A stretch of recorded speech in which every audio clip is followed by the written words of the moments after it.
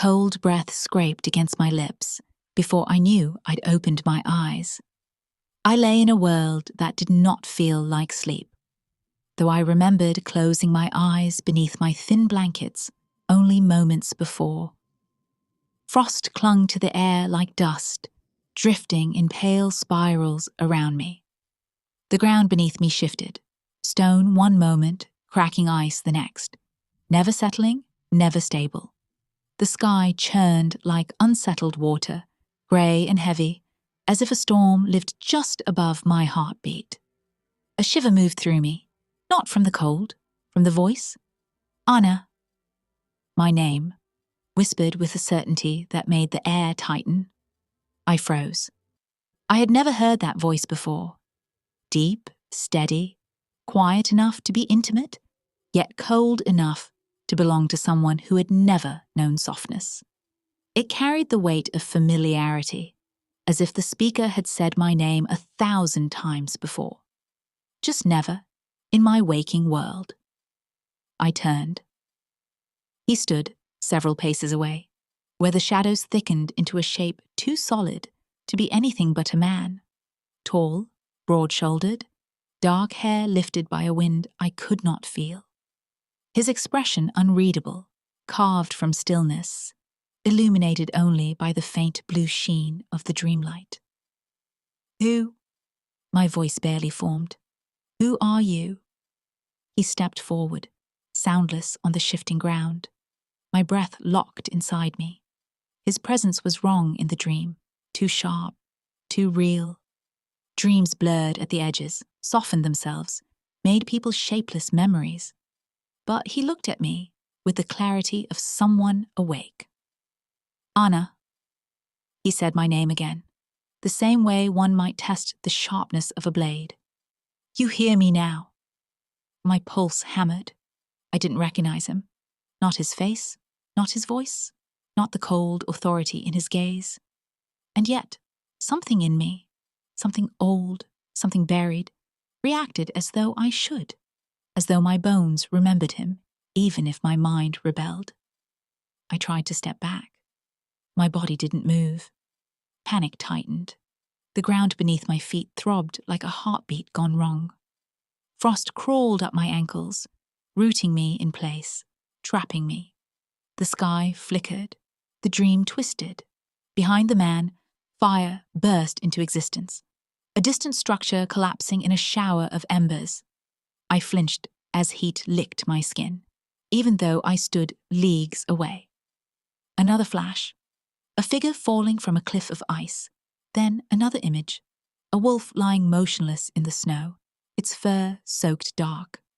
Every vision vanished as fast as it appeared, like memories stolen mid-thought. I squeezed my eyes shut. This isn't real. But when I opened them, he was suddenly closer, only a breath away. His eyes, dark, storm-heavy, caught mine with a force that pinned me harder than the frost. He didn't touch me. He didn't need to. My limbs refused to obey me, as if the dream itself bent to his will. You should not be here yet, he said, voice low. But the dreams are weakening. The bond stirs. Bond? My chest tightened. I don't know you, I whispered, though the words trembled with uncertainty. His gaze moved across my face, not gentle, searching, calculating. A quiet, terrifying focus, like he was memorizing every detail. You will, he said simply. The ground cracked beneath us. A sound like splitting ice echoed across the shifting landscape. Wind howled suddenly, tearing through the dream with teeth of winter. The world began to crumble at the edges, falling away into darkness. Wait, I gasped, reaching for anything solid. He didn't move, not even when the sky tore open behind him. Anna, he said, as if the collapsing nightmare didn't touch him. Wake up. The dream shattered. I shot upright with a cry, my breath tearing out of me in ragged bursts. Sweat chilled my skin, soaking through my shift. My small room sat in near total darkness, only a dying candle flickering on the table. The walls were still, the wooden floor unchanged, the frost-laced window intact. But my heartbeat didn't calm. Not when I heard it again. Anna. The same whisper, the same voice, the same impossible familiarity, threading through the real world like a needle pulling a nightmare into waking. My lungs froze. Slowly, dreading what I already sensed, I turned my head toward the window. A silhouette stood there, human-shaped, taller than any man from my village, shoulders broad, posture unnervingly still. My breath strangled in my throat. He did not move. He did not speak again. But I felt his gaze, heavy, precise, pressing against me like a hand over my chest. My limbs refused to obey me. They trembled instead, weak with the same paralysis from the dream. The candle flickered once, twice, then died. Darkness swallowed everything. Only the shape by the window remained, more visible in darkness than it ever should have been. My heartbeat pounded loud enough to drown the silence. Cold air brushed my cheek, as though something unseen leaned closer. This couldn't be real. It couldn't. But the whisper that lingered in my ear said otherwise. My voice was barely breath when I forced myself to speak. "Who are you?" The shadow shifted, subtle, deliberate, as if it heard me. Cold jolted me awake. Not the soft chill of dawn seeping through thin shutters. This cold was sharp, unnatural, sinking straight into my bones. I lay still beneath my blankets, heart thudding. For a breath, I told myself it was the remnants of the nightmare clinging to me. Nothing more. A dream could leave a chill, couldn't it? Then I exhaled. My breath fogged the air. A thin cloud of white drifted above my lips, dissolving slowly in the darkness. I froze. The nightmare was over. I was awake. My room should have been warm from the embers in the hearth. I lived alone. Nothing should have disturbed the air enough to make my breath frost. A soft sound broke the silence. A footstep. Inside my room. My fingers clutched the blankets so tightly, my knuckles ached. I didn't move, didn't breathe. The loneliness of this house had been my only certainty since my father died. No one visited, no one came near. I was alone. I was supposed to be alone. Another step, slow, deliberate. My lungs tightened painfully. "Please." The word never left my mouth. It only echoed in my mind, a barely formed plea. The cold deepened, brushing the back of my neck, like the whisper of winter's breath. I sensed, more than heard, someone standing behind me, a presence heavy enough to bend the air. My heartbeat roared in my ears, drowning everything else. Terror pinned me. I wanted to turn, to run, to scream, but my limbs refused, as if the nightmare's paralysis had followed me into the waking world. A shadow moved across the floor. I felt it before I saw it. Then, Anna, my name, spoken with quiet certainty. My blood turned to ice. I knew that voice. I had heard it in the nightmare, every syllable shaping itself like a memory. That didn't belong to me. Deep, controlled, cold as the wind off the northern cliffs. I forced myself to turn, slowly, terrified of what I already knew I would see. A tall figure stood in the darkest corner of my room, where the moonlight could not touch. Shadows clung to him, as if the darkness itself recognized him, parted around him. He stepped forward, and the dim light finally revealed him. Roman, the man from the dream. My breath shattered. He looked exactly as he had in that collapsing nightmare. Dark hair stirring in an unfelt wind, eyes like stormlight held too long behind clouds, face carved with severe calm. He was impossibly real, more real than any dream could ever shape. My voice cracked. You're not real. I must be dreaming again. You're awake.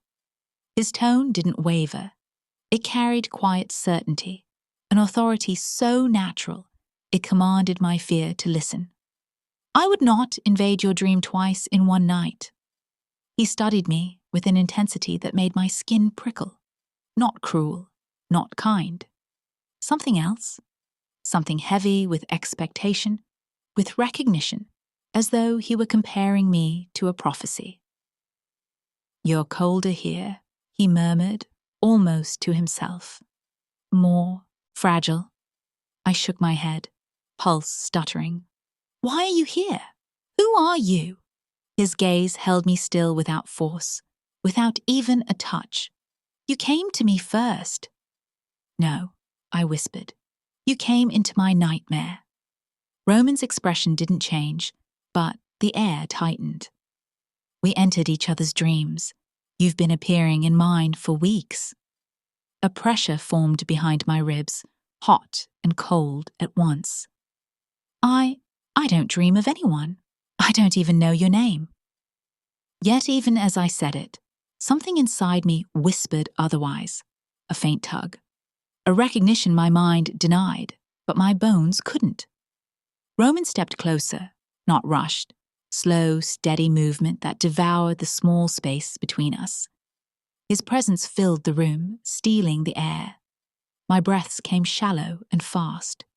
The frost lifted from the corners of the walls, only to swirl toward him, as if drawn by the same pull tightening inside me. The bond is unstable, he said quietly. No wonder you feel unsteady. Bond. The same word he had spoken in the dream. My knees weakened. There is no bond. This is impossible. Yet you're trembling. His gaze swept over me, assessing sharp. And you feel it. The pull. The knowing. I wanted to deny it, but the truth was a pulse in the air, a pressure pulling me toward him, gentle but insistent, like the tide reaching for the shore. My skin tingled with it. My heartbeat stuttered in rhythm with his nearness. Another step, and metal clattered against wood outside. The door to my cottage burst open. I yelped, stumbling back against the wall as torchlight flooded the room. A group of armored men stormed in, weapons drawn, breaths forming white mist in the freezing air. Their gazes swept the room until they landed on me. Their faces changed instantly. Fear. One of them lowered his gaze, bowing his head. My king, he murmured hoarsely. The dream bearer. Another guard stepped back so fast he hit the wall. She's real, he whispered, just like the visions. Dream bearer. The words struck like a blow. I pressed myself farther into the wall, confusion and panic twisting through me. Roman didn't look away from me when he addressed them. She's coming with us. My breath caught. No, wait. What are you talking about? I haven't done anything. Roman approached until he stood only a handspan away. I felt the cold radiating from him, and something else beneath it, a restrained power, the same power that had shaped my nightmare. You are the key, he said quietly. To my curse, to the dreams, to what's coming. I will not leave you here. I'm no one, I whispered, shaking. I'm just. You are not no one. His voice silenced the room. The guards straightened, fear sharpening their movements. None dared meet my eyes now. They looked at me the way villagers looked at storms, terrified, reverent, certain destruction followed. My heartbeat pounded so hard it hurt. Roman reached out slowly, as if approaching something fragile. His fingers brushed my wrist, light as a feather, barely a touch. The world surged. Heat and cold shot through me all at once. The room tilted. The bond he spoke of roared awake, like a beast unchained. My vision blurred. I felt something inside me respond, recognize, answer. Roman's voice cut through the chaos, low and final. You belong to me now. Snow swallowed the world the moment the guards dragged me outside. Cold wind slapped my face, sharp enough to steal my breath. Torches flared in the darkness, their flames snapping in protest against the storm that hadn't been there minutes earlier. My bare feet hit the frozen ground, and I gasped, stumbling as two armored men hauled me across the threshold of my home. Please, let me go. My voice tore from my throat, thin and raw. They didn't answer. Their grips tightened, iron around my arms. My heart hammered as snow spun wildly around us, thickening the night. The world blurred into white and firelight.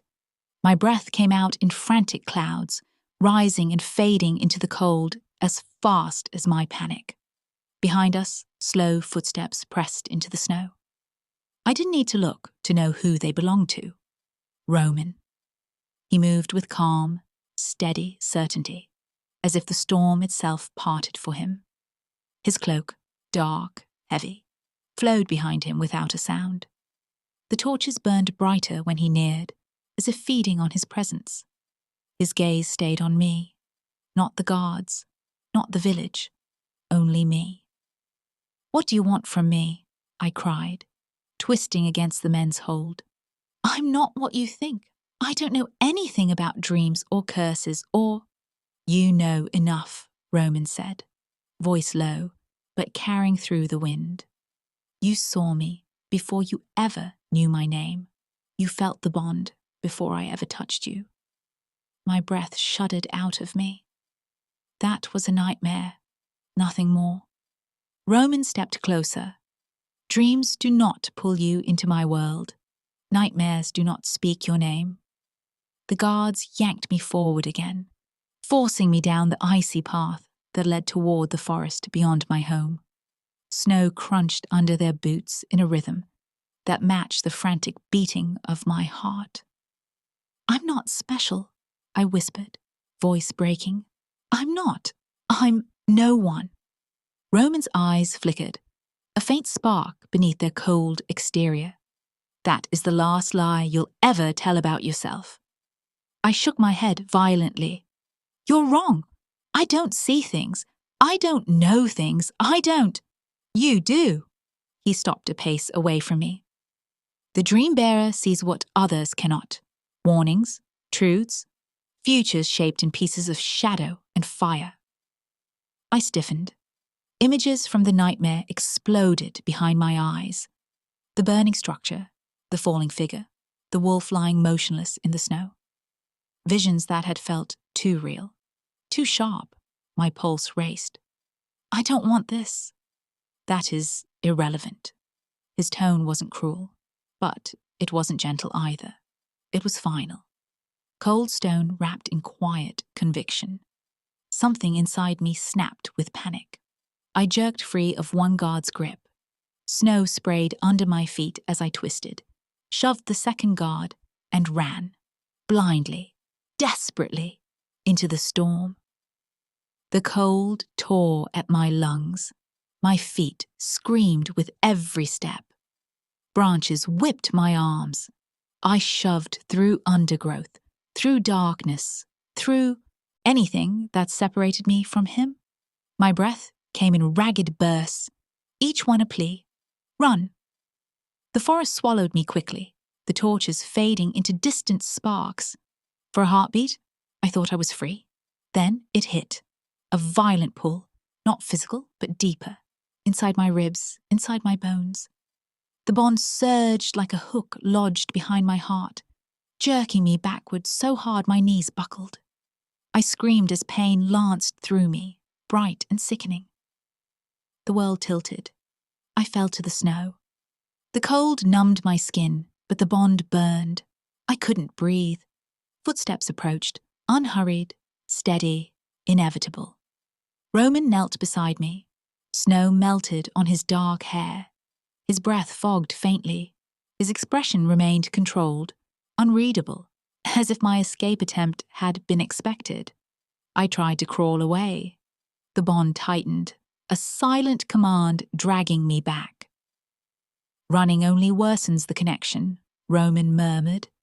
Your body cannot outrun what is tied to your soul. I'm not tied to you, I choked out, pushing weakly against the ground. You're wrong. You're wrong.